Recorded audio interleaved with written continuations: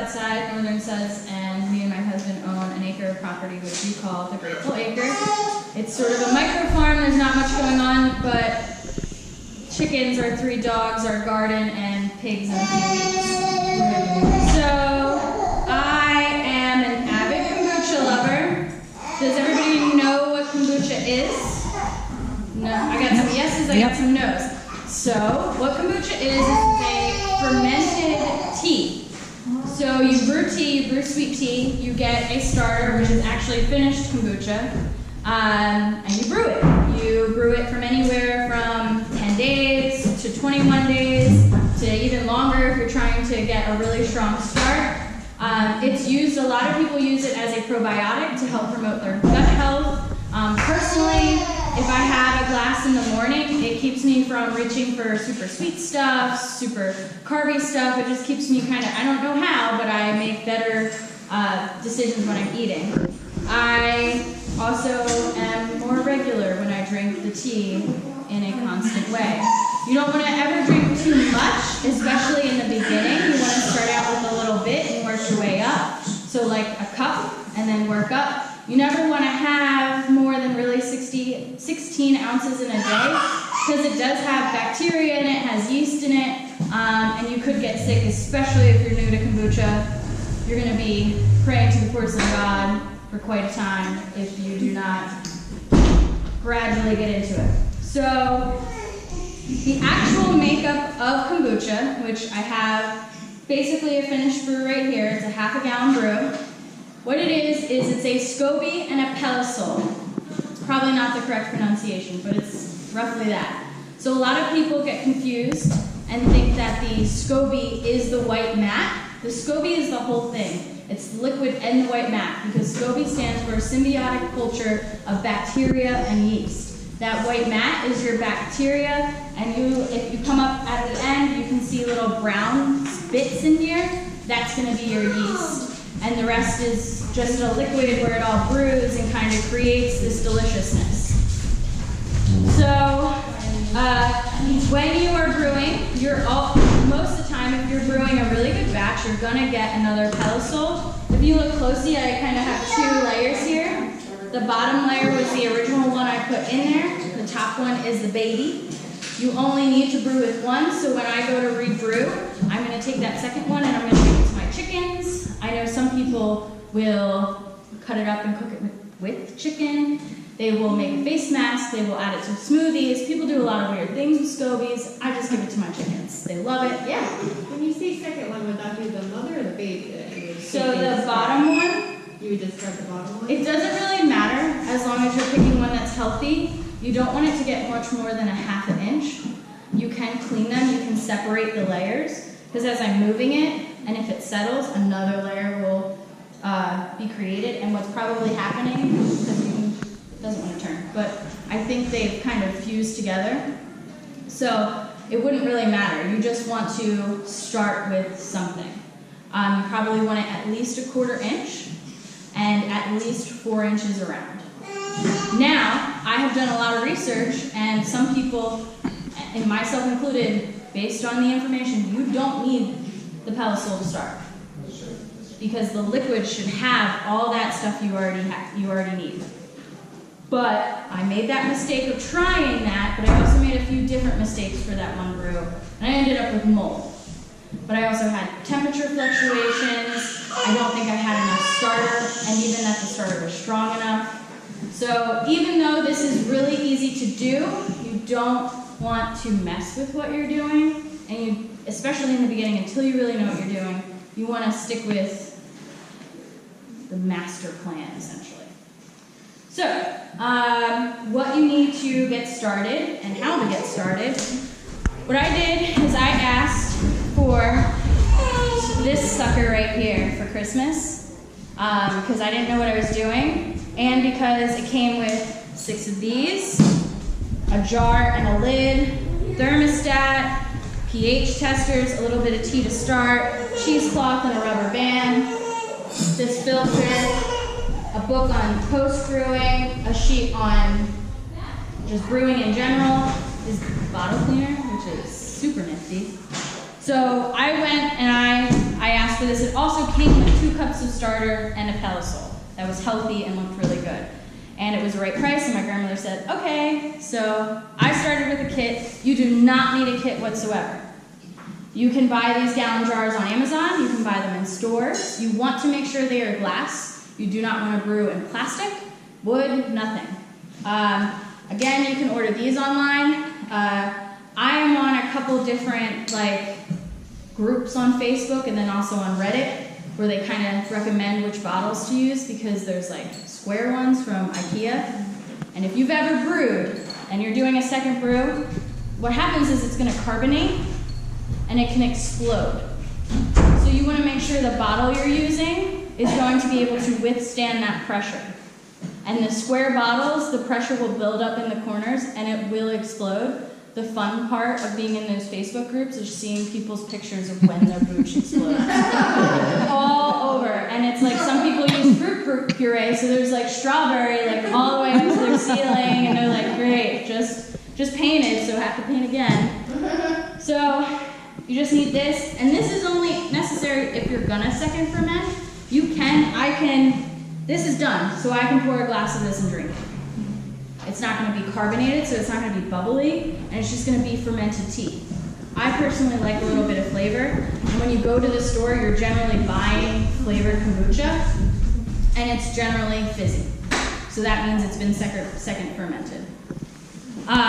So yeah, you need this, you need sugar, high quality tea. You can use tea bags. I don't recommend it. There's a whole bunch of crap you don't want in your booch in those tea bags. So I looked for really high quality tea.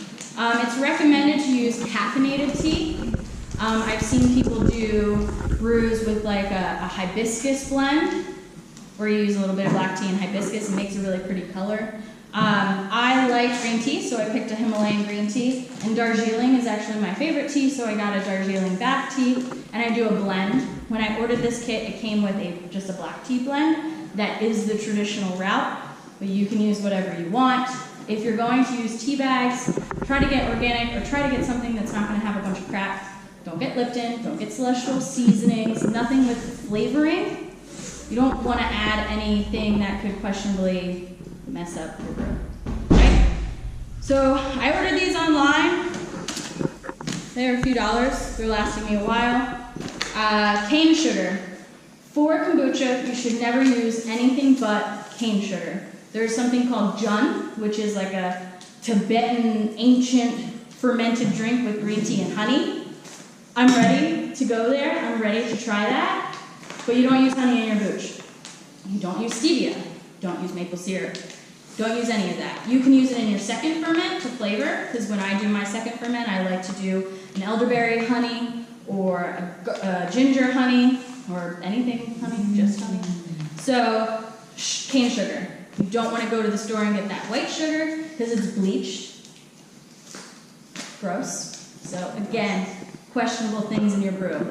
So I go to Trader Joe's. I think they have it at Costco too. And I get the cane sugar because all it is evaporated cane juice, and it's organic, so cool. What's also cool that came with this kit is a funnel, because when you're putting it in this bottle, very nice. Also this, so when you second ferment, or even this, if I was to drink this today, I don't like the bits. Some people do. I don't like the bits. So this goes in here, you pour it through, and it gets the yeast and everything. When you second ferment, you might have puree or ginger bits or something like that. You can filter it out when you go to pour it. That's my preference. My husband and my brother don't care if they drink it with the bits. Even a little SCOBY will form. I don't like to eat SCOBY. They'll drink it. To each their own. When you are brewing, use stainless steel or something metal. Do not use wood. Wood will absorb whatever you're making. So then when you go to brew again, it's going to have whatever you've cooked with your wooden utensil. So I have stainless steel stuff. And I have stainless steel pans, or pots, so that's what I use to boil my water. Let's see. Filtered water. The type of water you use is very important. Again, you don't want anything extra that you haven't taken into account. So I have a Brita filter. That's fine. That's all you need.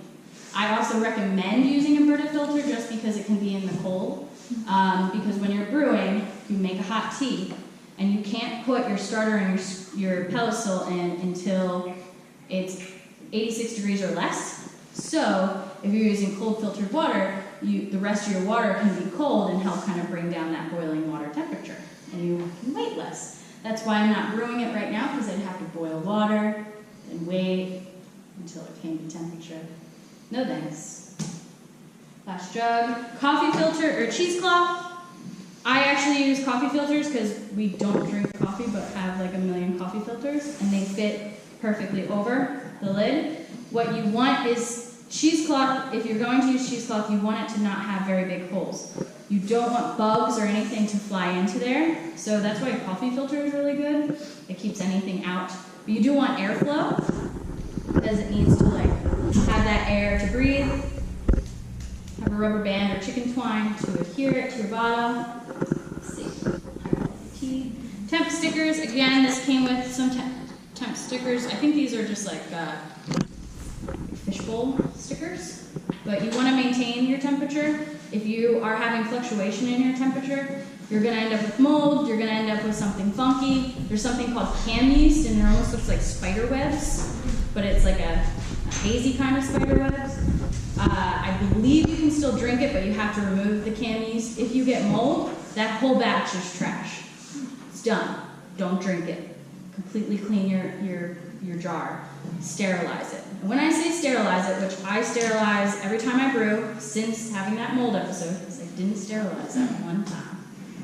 I just take a spray bottle, half water, half white vinegar. I spray everything down and clean it out with a towel. Yeah? Just one step. We brew beers and honey wines and stuff, and so we use one step to clean all of our Kolsch bottles and all of our equipment and stainless steel spoons and things, so you need to brew that. I'm not familiar with that. I don't use anything but like water and vinegar in my home. As long as you're sterilizing and nothing's being left, I don't see if it's a big issue. But it's the same principle. Exactly. Yeah. So, you know, you probably know better than me. Go for it. Well, I remember we have it on beer. hand. We have so much, so I Sure. just don't know if I And need if to you not do that with this. If you have to make sure everything's sterilized with your beer, I don't see why it wouldn't be the same idea. But I spray everything down, even if I like have cleaned my bottles and everything, I still sterilize it. Because I'm crazy and I don't want one. So something else that came with this kit, this is not necessary, but I like, because I just like to see the process and I like to see how everything changes. So this kit came with some pH test strips. If you go online, you can buy them really cheap. I got like a roll of them for like $2. You just want it to be in increments of 0.5. So you can be able to tell that it's at the right pH. But this came with one, you can get them online, super cheap, not absolutely necessary. A lot of people just do their brew by taste. More power to them, not for me. I need the science in. A warmer, I used one in the winter because I don't heat my house above 66 degrees. I don't have a budget for it, so my house is at 66 degrees and even colder at night. Yeah. So this is a seat mat, and it's actually a seat mat that's the perfect size to go around perfectly. Put a rubber band on to keep it in its spot, and I have found that it keeps it at the perfect 77 degrees. What is it called? It's just a seedling mat or a warming mat. You can get them on Amazon for $11. You use a heating pad? Yeah. You don't want to apply the heat on the bottom with kombucha.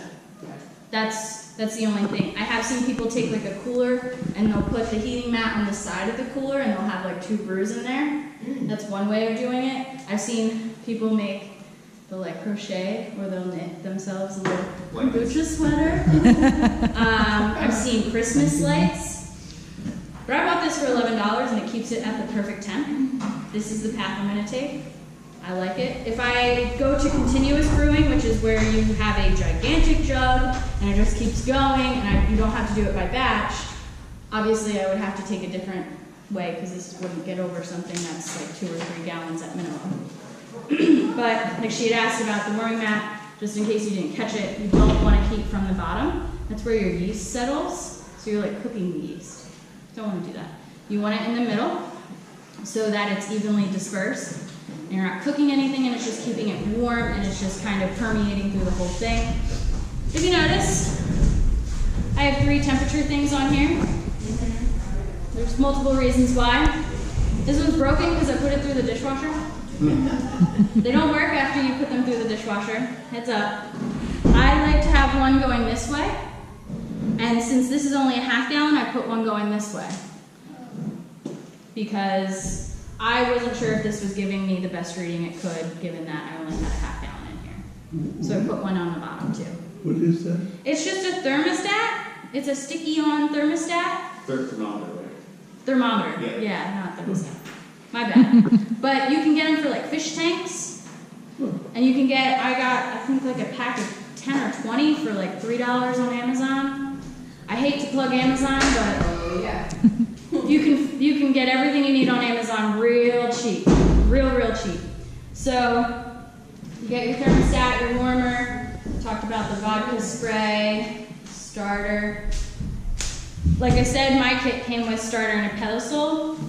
I wish that I had a starter and a pedestal to give each of you. But a month ago was my mold brew. So I've been recovering, and this is all I have in my whole house of brew right now, because I'm trying to build it up. The starter I had reserved in what's called a hotel. You don't need to hold on to a bunch of scobies, but I do recommend it in case your brew gets mold, and then you have no starter left.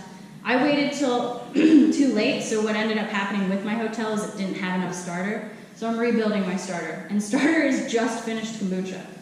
You can go to the store, there's a brand called GTS. If you can find the unflavored, take it home, add some sweet tea, let it wait a couple of weeks. Swear to God, you'll get a pedestal, start your brew. If not, I have business cards at my table, and in a couple of weeks I'll have starter. And I believe that it's sort of like sage. Native Americans believe that you should never pay or charge people for sage because it's a gift, and I feel that way with Booch, and that's how most brewers go. Mm-hmm. People do buy them, people do sell them. There are like, not regulations, but preferred ways of getting them, like pedestals should be 4 inches and not more than this thick, blah, blah, blah, blah, blah. Cool, those people want to make money, that's great. I will give you one for free if I have it. Or you can go to the store, get yourself some finished kombucha, and brew a little bit, and there you go. Okay. So this is the initials you use for the ones that It's GTS. GTS. Yeah. There are other brews, but they're generally flavored. And I came across this one brew. They put carbonated water in it. What brand is that? I don't know. I stopped buying it. But I think it's Kavita. I was gonna say that. Yeah. I think so too. They add carbonated water, and I almost like poured it out and like cried. Because it didn't taste like good kombucha. Kids like them. Sure. Because it's watered You down. can't buy that. No, you can't. It's a setup. I don't think I've ever bought that one. Don't. It's at the new gas station at the exit. That's the only brand they have. Safeway has it. Okay, so all the little gas stations, they always have the exact same brand of kombucha, and I can never buy it because like the only flavor they carry is pineapple and pineapple. Oh yeah. There's also like a fermenting pineapple thing too. That's another thing. It can like create its own brew. I'm not into that. But you can go to Hagen, which I highly recommend. Get a growler, and you can get your growler filled at Hagen. $13, but that's why I brew it, because I would go through more than a growler every week. Ralph's Thriftway. I'm sorry? You get growlers at Ralph's Thriftway. Oh, well there you go. Do they have the kombucha to fill it with? Or is it just beer? No. They have kombucha? Nice. Yeah, Rainbow. Safeway has growlers that are pre-filled. That's cool. I don't remember what brand it is, but I like it a lot. My husband and I like their pink lady flavor. And Westside Co-op also sells it. Cool. But It's really tasty to have finished kombucha, and it's a lot easier, but If you are an avid booch drinker and you're drinking 12 to 16 ounces a day, you're going to go through a growler in 4 days. So if it's $12, $13 in a month, you're easily spending $60, $70 a month on booch, where you can spend, I don't know, maybe together this was $10, $3, yeah. So, that's your gallon, use your half gallon right now. Yeah. That you're gonna use, and then so, what do you, for yourself, do you have like one that's going, and then one you're drinking out of, or Yeah. are you gonna drink So- that whole thing, and then how long? So it's an interesting story. I Sure. started with just one batch at a time because I had just the starter. So I made it, and then I had an extra jar where I did reserve some so I could have a starter set aside. And then at the time I had one batch going, and then I was like, okay, I'm drinking a lot of this. So then I created a second batch, and what I would do is I'd start my first batch, and a week later I'd start my second batch. And my husband and my brother were drinking it, and then February 14th I found out I was pregnant. Oh. Yeah. What my midwife has said is since I was drinking kombucha before I got pregnant and when I got pregnant, there's no reason I can't keep drinking it. It is a little weary when it comes to homebrew, but that's the kombucha I was drinking for months before I got pregnant and when I got pregnant. But she did recommend I reduce it. So then I was like, okay, so then I'll just go down to one batch. Then my one batch got moldy. So you do it like the gallon jug, or do you do a half gallon jug at a time? I have 3 1-gallon jugs, so I do a gallon jug at a time. It does fill 5 to 6 16-ounce flip tops. And it takes like a week, and then you fill those 5, and then you make another one. So, like I said, I'll start one batch. When I was brewing it in the winter, it was taking me 21 days to get the amount of tartness. I don't like sweet kombucha, so I brew mine on the longer end. In the summer, it could probably cut in half. I won't need to use this warmer. I can probably be done in like 2 weeks. When you're making a half, this is only 2 weeks old, and it's done. It was probably done 3 days ago. But I'm going to use it as a starter, so I don't mind it getting even more vinegary. You can taste it. After like 5 days, you can start tasting it. This came with a pipette. That's stupid. Get yourself a stainless steel straw. Ditch the plastic straws anyway. Have a stainless steel straw in your house. Try not to disturb the pedestal too much. Try to go as far as to the side as possible. Take a little sip. Is that too sweet? Okay, I'll let it wait. A couple more days. Try it. You can try it every day. Yeah. Is there a pH that you? Yeah, so when you start your brew, so say I just got everything in this thing and I went to go test it, I don't want it to read more than 4.5 when I go to start. When I go to finish it, now this is why it's not necessary, because a lot of people go by taste. I like to know what my pH is, regardless as to whether it affects the taste or not. I just want to know. I also use, I use something called the Kombucha app, where I track what kind of tea I used, how much water, the pH over time, I check the temperature every day, that sort of stuff, and I'll record it. So over time, after a number of brews, like say I had 12 brews, I can see what temperatures were ideal, how long it took me, that different stuff. But at the end of it, you want your pH to be between 2.5 and 3.5. Yeah, it is. If you end up letting your booch go a little too long, add more sweet tea. It'll be fine. What happens when you're brewing? Sometimes your SCOBY can decide to climb up. People will experience that. Just take that stainless steel straw and push back down. Sometimes you might notice the top is getting dry, push back down. The mama SCOBY is going to do whatever it wants. Sometimes they go to the bottom, sometimes they lay sideways, they move around. This one, I don't know, wants to be next to his baby. So it's stuck together.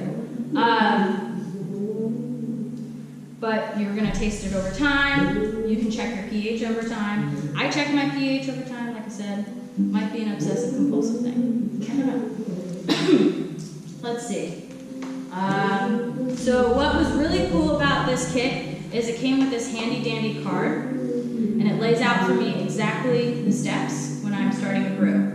What I'm going to do after the end of today, I have Northern Suds. I have a Facebook page and a website. I'm just going to take a picture of this card and pop it on my website and my Facebook for you guys to reference. I also have something I found online in one of my groups, and it's like a guideline. So that's how I figured out how much sugar, how much starter I needed for a half a gallon. Because it'll go by like quart, half gallon, 2 gallons, 3 gallons. When you're getting into 2 or 3 gallons, you're getting into continuous brew. We keep talking about doing continuous brew in my house, but you need to find a quality glass container that is 2, 3 or more gallons. So I'm on the search for it. If anyone has one, tell me. Also, like you can find them at Walmart, and the glass is fine, but I've seen painted ones. You don't want to be using painted glass. Also, the spigots usually are plastic. You can order a replacement spigot online. Yeah. Having a big opening is important, right? Yes. Because brewing, we have a whole bunch of 3 and 5 gallon containers, but they have a 1-inch diameter. You're never going to get that SCOBY out. Yeah. That's the thing with that, is your SCOBY. You want your SCOBY to be able to have a good sized growth. One time, ooh, it's sticky. One time I really filled it up. I don't know what I did differently. Maybe not the SCOBY, the pedestal was too big, I don't know. But it was like coming up here, so the pedestal, the baby ended up being really small. Which isn't a bad thing, it was still at least 4 inches. But you do want this. You wouldn't want to brew in this, because first of all, it would be closed. You don't want to have a closed container, it's going to stop brewing. That's why I put this lid on here for today. I know I'm going to brew tomorrow, it can stop brewing. But yeah, you want a big open mouth. That's why these jugs are perfect. Right. Because they got a nice big mouth. With continuous brew, you still want it to be like kind of wide. You don't want it to be gigantic. I've followed a few like kombucha shops, like people who sell kombucha or who do like artistic kombucha brewing on Instagram. People took some type of container, like a Tupperware, and they put booch in there and they let it grow a mat that was like this long. I don't know what they did with it. I don't know why they did that. But it'll grow to fit the top of whatever you're using. When you're brewing, we'll touch base on how easy it is to brew. I'm going to make a sweet tea. I'm going to boil water. I usually boil 4 cups. Once it's boiling, I turn it off. I use my jelly bags, my jelly straining bags, to use as tea bags. You might have an actual like tea strainer, whatever. So I put it's 3 tablespoons per gallon. Put them in the hot water. The old English trick is no more than 7 minutes, no matter the type of tea.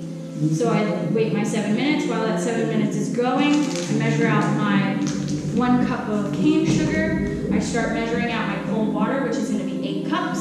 So I have like a 4-cup measuring cup. So do one of those and then another one later.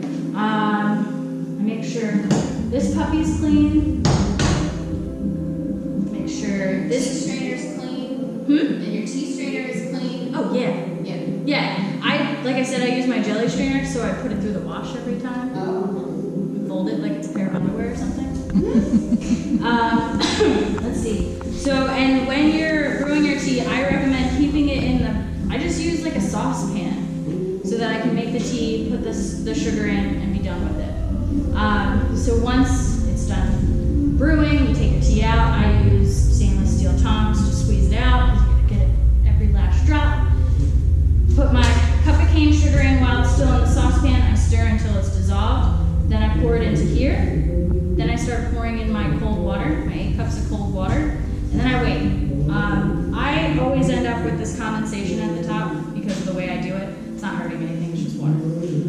But I then wait. I do this whole process in my kitchen, so maybe it's a good time to do my dishes or something. Maybe then clean my saucepan that I just dirtied, whatever. But I wait until it's at least under 60. It has to be under 86 degrees. It has to be. If you put your starter and your mat in there before then, you're going to burn it. You're going to scorch it, you're going to kill it, it's going to be done. Over. Finito. So wait till it's at least 86. I do like it to get even cooler than that, 80 degrees even. Once it's at temp, you can put your starter in, which is going to be 2 cups of starter for a gallon, your mat, Put my cheesecloth over it, put my rubber band over it. It's still cold in the evening, so I pop this puppy on there, but I don't plug it in yet because it's still a little warm. So I let it sit overnight. I actually keep it on my dresser so I know to check it every night. Put it on my dresser and then leave it alone. The next morning when I wake up before I go to work, I check the temperature. If it's 70 or lower, plug in my heating mat. And I just keep it at 77 degrees. I don't know what science it is that keeps it at 77 degrees, but it does. So this week it's supposed to get up to 80 or something. If it's still cold in the night, I'll leave it on at night, but unplug it during the day. Should be fine. Shouldn't get too high in my bedroom. Keep it out of direct sunlight. That's like, you know, sugar, sun, heat, breeding ground for grossness, right? Yeah. You're putting something where air can get through. You do want air to circulate, so some people go, oh, well, obviously I'm gonna put it in my cupboard. No, unless your cupboard has really good airflow, don't put it there. I've seen people put it on top of their fridge. That's an okay spot. Like I said, I put it on my dresser. They say not to have it near dogs, but I have 3 dogs, so that's impossible, and they can just suck it. So it goes in my dresser. Don't put it on your kitchen counter, just because you've got a lot of grease in the air, like just a lot of stuff happens in your kitchen from cooking. Plus where my kitchen is against the morning light, so there'd be nowhere safe from the sun. And that's pretty much it. So somewhere dark, somewhere with airflow. Somewhere where animals aren't going to bother it. If you are, say you're fermenting something, you got some sauerkraut going, don't leave them in the same room. Oh, That's what's recommended. I've put 2 booch brews together, no problems. I've seen other people do 2 booch brews, but I've heard that if you're brewing different sort of ferments, don't put them in the same room. okay. There you go. Now, this all being said, and I told you nothing but cane sugar. You go on the internet and people are like, so I did a batch of stevia. Gross. People like it though. People do that. People do experimental batches. I don't. I'm not there yet. I'm not ready. But people will do experimental batches. People will take flavored tea. That's really not recommended, but some people are like, oh, it worked great. If you are comfortable in your brewing, all power to you. But honestly, stick to black or green tea and cane sugar. Add your honey, add your fun stuff. You can even take like a flavored tea and do your F2 with flavored tea. Does anybody have the time? I don't have a phone. 140. Great. So you can use your flavored tea in your second ferment. Can you talk a little bit more about the second ferment? Yes, I can. So, today, not today, because I'm going to get home and go to sleep. Tomorrow, I'm going to take this, and I do want some of this. So, I'm going to take out probably 4 cups to reserve for starter, so I have a little extra, and so I can do a batch. And then the rest, I'm going to second ferment. You do not need to. Again, like I said earlier, it won't be carbonated, and it'll just be fermented tea. That's fine. My husband likes it that way. He also likes it second fermented. To each their own. We have a drink mate, which is sort of like a soda stream, so we could always just cheat and carbonate it that way. Yeah. Whatever. But, you know. So, second ferment. When you go to do your second ferment, this is a trick that none of this crap, the books, nothing will tell you, but online brewers will say, so you get your mats out, right? You get your starter tea out. You want to take your starter tea from the top, because you want to have the least amount of yeast as possible in your starter tea. You can even filter your starter. This is really cool. Like I said, it comes with a cool little filter thing. You could just use like a coffee filter or something. So you get out your starter, you get out your mats, then you can stir. You want to stir that yeast up. The yeast is going to help it carbonate. I will admit, I have not mastered carbonating. I also do second ferment with honey, which I think has to do with it. And I don't put a lot of whatever I use in my second ferment, but people will put a tablespoon or 2 of strawberry puree, and that's where their explosions come out. Pineapple, that's next one that'll get you explosions. You can use frozen fruit, you can use dried fruit, you can use fresh fruit. I use elderberry syrup, like the cough syrup that you can make. I put it in there. In the winter, that was the flavor, that was my go-to. Garlic, honey, and a little bit of elderberry syrup. Super tasty. People will do this book, which I haven't showed you yet. The Big Book of Kombucha. It's a great book. I don't agree with everything it says, but one of the things it talks about, or has a lot of, are different flavors and different ways of second fermenting, like different routes you can go. Like if you want to do more medicinal or herbal or fruity, it has like a bunch of different recipes you can use. I did use it to start with that. I do use this as a good reference because when my very first brew, I'm telling you, day 14, there was nothing happening. Didn't taste any different, nothing. It was too low. The temperature was too low. It was like 66, like my house was. So nothing was happening. So this is a really good reference. The internet is as well. But if you're anything like me, if it's something you can pull out of a book, you really don't want to ask the internet because they're going to be like, oh, you just Google it. So this book is really cool because it talks about those different ways of fermenting. You can do just one fruit. You can do a couple different fruits. Mangoes. This talks about lemon balm. All sorts of different stuff. I wouldn't recommend putting essential oils in there. Nope, don't do that. Also, probably shouldn't ingest essential oils. People will argue with me on that, but don't ingest essential oils. If you look at this one, it has actual mint leaves in it. You can do that. They can be dry, they can be fresh, what have you.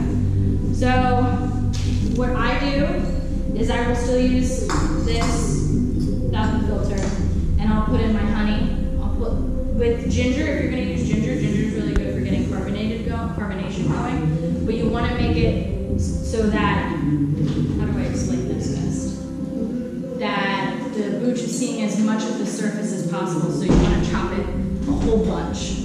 So it's like all broken up in there. So I put my honey in, my ginger in, a little bit of my elderberry syrup. I think it's like a tablespoon or so of the additive that you want to make sure you have in there. Once you have it in there, you add your kombucha that's been stirred. Pop the lid on. Make sure it's really sealed. I found with these swing tops that sometimes they might like come out of the holes or they just don't fit quite right. But the key to the best carbonation, so they say, is to really make sure this has a tight seal. So I'll seal it tight. I'll do all my bottles. This kit came with like a dry erase marker. Just get a dry erase marker. I write what I put in here, so my brother and my husband also know what's in there. So I'll just set it aside. That I do leave on the kitchen counter because it's sealed. And 2 to 3 days, you're done.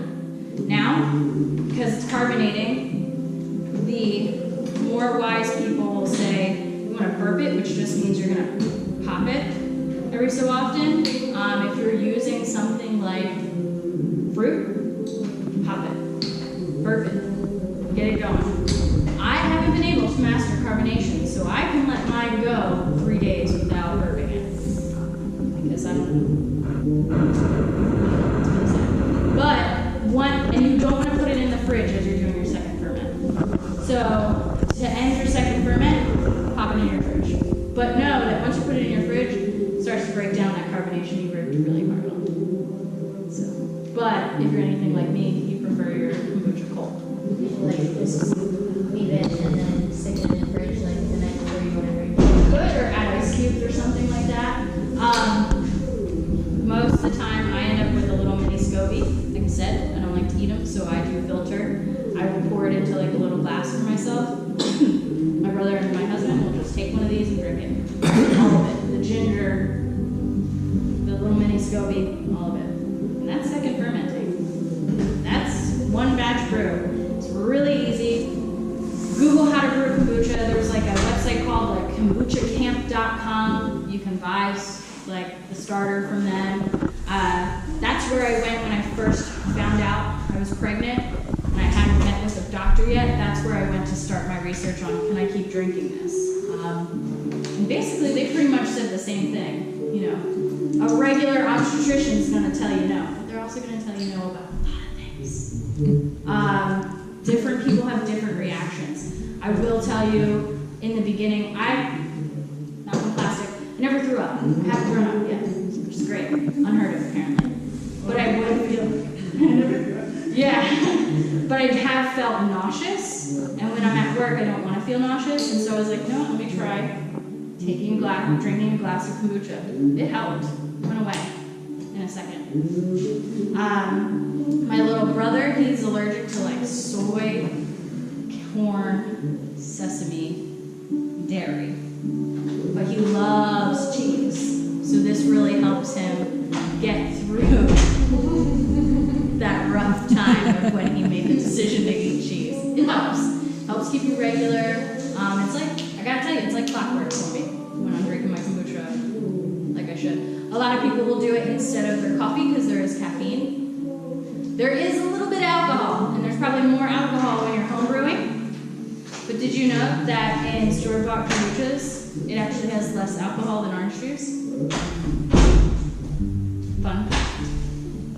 But you won't really have any way, unless you're brewing, like beer, you don't really have any way of testing your alcohol. I can smell this. There is alcohol in this. This is going to be starter tea. I'll let my husband have some, and I'll probably just sip because I just want my own brew. I was surprised that I went to Ralph's to buy some kombucha early in 1:40, and they wouldn't sell it to me because it was alcohol. Yeah. It is a little bit of alcohol, but it's I had to wait in the morning. a little bit though. I found one a month ago that was actually a hard kombucha. Yeah. It was 4.5%, I would say, alcohol. Like, And that's like becoming like the hip thing is hard kombucha. And I'm like, oh, I've only seen one. I'm not gonna go for kombucha when I want to get, a little tipsy or something. I'm gonna have like a beer or wine. But that is the hip thing. It's the hip thing. It's yeah. So what we know from second fermenting is you could do it open, just like you have an open process here. You could do your second fermentation open and not worry about having exploding bottles, right? Right. And then when you do bottle it, you actually have another calculated amount of sugar, which I'm sure you can look up for kombucha, but you can look it up online for beers and wines and everything, what type of sugar you use and how much to add per gallon or ounce of liquid to have proper carbonated in the bottle, unburped. And that's what they do. Right? Oh, that's how they do it in a factory. It's very sure. Yes, in a very They're a lot wiser than us home brewers. But that is a good point. Is knowing how much sugar to put in. That's probably my issue. Is it's second ferment. I wing my second ferment. When you're using puree, you don't need sugar. Right. You don't. What kind of puree? Like fruit puree or fresh fruit or something. You don't need sugar. You don't. But that's what makes you would know. That's what makes the carbonation is it eating the sugar and creating that buildup of pressure. Anybody? Yeah. How do you, if you're not gonna brew, I don't think that the word is continuous, but like you do the standard brewing, if you drink it. Batch brewing. If you're gonna just brew a little bit and then have, I go out of town for a month at a time, and I can't take that on an airplane. How do I store it, if you will? Just cover it? Do I keep it on the counter? Do I put it in the fridge? Or Don't put it in the fridge. Don't put it in the fridge. Some people will say, just put it in the fridge. But that can, over time, mess up your starter and mess up your mat.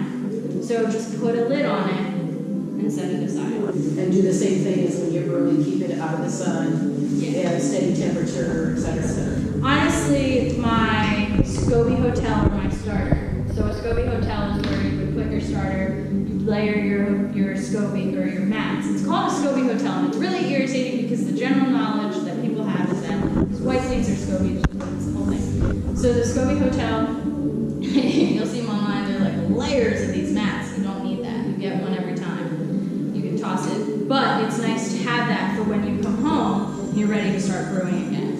But you don't want to have just a little bit. That's what happened to me with my mold brew, is that my little hotel didn't have a lot of liquid. So this is me rebuilding my liquid. But you can just put a lid on it.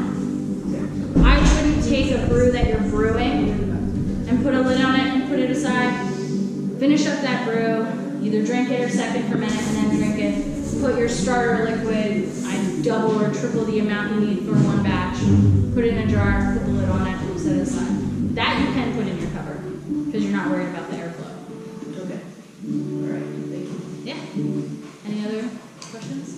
This is a really easy thing. So, you know what, talk a little bit about how to like do research and take caution in drinking kombucha when you're pregnant. What about when you're nursing? I think it's the same sort of thing. I'm not there yet. This is only my first kid, but I believe it's the same sort of concept because it is so much little alcohol. I'm only drinking 6 to 7 ounces once a day now. At most. When I'm not pregnant, I'm drinking 16 ounces because it's delicious. But I think you would take that same precaution, only having about a cup and only if you feel comfortable with it. And talking to your doctor, your midwife, and your lactation consultant. So the only concern on drinking it when you're pregnant is the alcohol content? They do say, so this is the other weird thing, is they do say you have to be careful of the probiotic you're drinking, and they consider kombucha a diuretic or a detox. I don't detox. It's just, I just go, just makes me regular. I'm not expelling anything extra from what I notice. So that is the other thing. However, when I met with my midwife the first time, she was like, oh, also make sure you're taking a probiotic. Okay, so you want me to take a probiotic, but it's recommended that I don't drink a probiotic? Okay. So everything with a grain of salt. Talk to your doctor if you are pregnant, if you are nursing. There's also, I believe, Crohn's disease can't have sugar or something, so like you have to go with John. That's why, or Young, whatever. That's why they will go that route because they can't have the sugar. If you're allergic to something, obviously don't drink. Don't drink it. Don't eat it. Don't use it. Anything else? Can you brew it in like half-gallon mason jars? I've seen people do that. I have seen people do that. What? Half-gallon mason jars. I've seen people do their second ferment in like quarts too, in, like little pints. I don't see why not. I do know for second ferment that sort of 2-layer screw top thing isn't ideal. But again, I got a kit that had these sometimes, which is really convenient. But I do know, like when I have starter, the way I'm going to give it to people is in a mason jar. So I don't see why you couldn't, especially if you're just looking to brew a little bit. Sanitize the mason jar. Oh yeah, sanitize everything. Everything. Sanitize. But with that is going to be like a special, like you have to look up the special measurements. And like I said, I will post on my Facebook and my website the 2 resources that I go to every time. Brewing instructions, and it's this blue sheet that just tells you the measurements for different things. Alright? What's the name of your site again? Northern Suds. Northern Suds, SUDS? Yes. Okay. That's your what? That's my website. Right? And it's my Facebook. Oh. That's my company. Northern Suds. Thank you very much. Yeah, no problem. I highly recommend if you get into brewing and you're on Facebook or you use Reddit, look into those groups, look into those pages. It's also fun because most of them, it's really just people putting pictures of their brews saying it's this mold. It's fun. Sometimes it's mold, and sometimes you're like, that's green, why are you? That's mold. That was mold 3 weeks ago. If you're interested in checking out this book or these documentation thingies I have, you're welcome to check them out. So it's Sun, S-U-N. SUDS. SUDS. Like soap suds. Right here, Northern Suds. Thank you. Me? No, she bought that kid. Kombucha shop. On Amazon, it was like $86. And it came with the swing tops, came with the glass jar, came with the thermostat, pH, the little handouts. That's not Came bad. out with a little bit of starter tea. That's what I figured. Yeah. I was like, That sounds it great. gets me started Yeah. so that I can start my first brew, see if it's something I like, and then I can buy more tea to buy more sugar. It even came with sugar. Where'd you get the book at? Amazon also? Amazon. This is Okay. like the number one. No, I hate plugging Amazon like this, but this is like the number one book on Amazon for kombucha. You want your anti-Amazon plug right now? So, here's the thing, Put that away. go to Amazon, find the thing that you want to buy, and then you can look at who they're actually buying it from and getting it from, and then go straight to the source and buy it from them. That's how I found the kombucha Yeah. shop, So but you're it using is that's what cheaper. searching. Amazon won't deliver where I am. What? USPS won't deliver there, so. That's crazy. Yeah. But this also, the reason I went with the kit via Amazon, I would have happily bought it from the person. My grandmother lives on the other side of the country, so I just sent her my wish list. Oh, yeah, there you go. Yep. It was a lot easier that way. It just had my address on it.